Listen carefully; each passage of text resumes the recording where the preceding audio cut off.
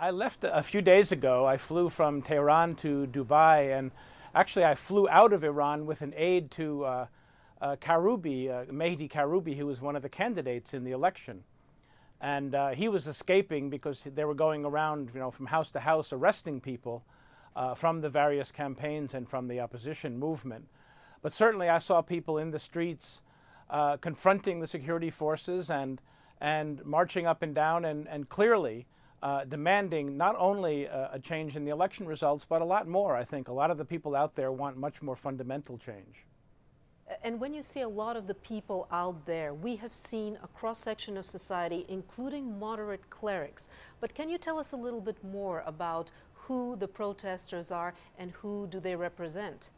Well, by and large, of course, most of them, as we see on the images and the ones that I saw, are young people, mostly men, but they include women, they include older people. You mentioned moderate clerics. I mean, certainly there's almost like a movement now of the religious leadership from the top ayatollahs down to the lower members of the clergy away from Khamenei. I think he's losing the consensus that he's ruled on over the last several years, and he's losing the business community.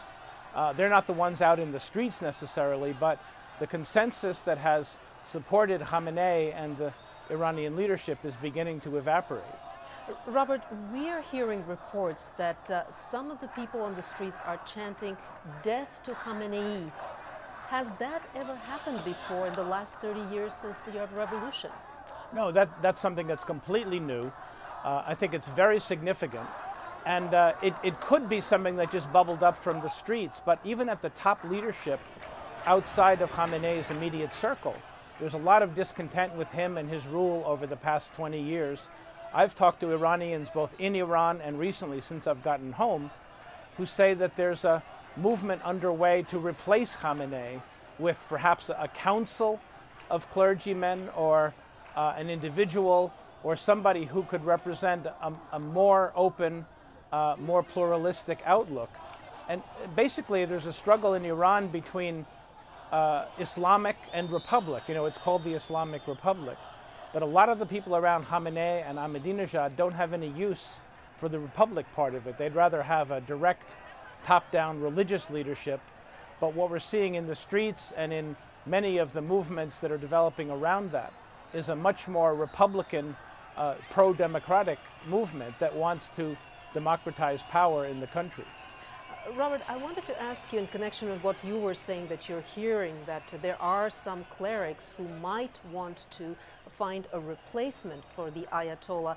Is Rafsanjani, who's one of the former presidents who has spoken out against the flawed election, is he part of that process? We have heard very little from him after the election.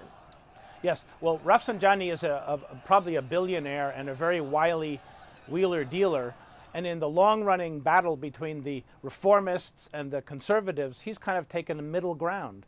But lately, it seems like he's thrown his lot in with the reformists, and he seems to have made a pretty fundamental break with Khamenei and with the regime. There are lots of reports that he's moving around in Qom, which is the religious capital, and in Tehran, trying to rally support against Khamenei.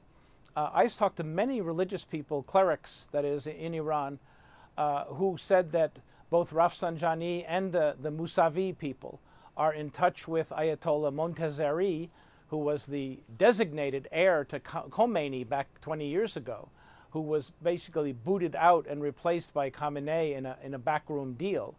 Montazeri is reportedly very active. He's condemned the election.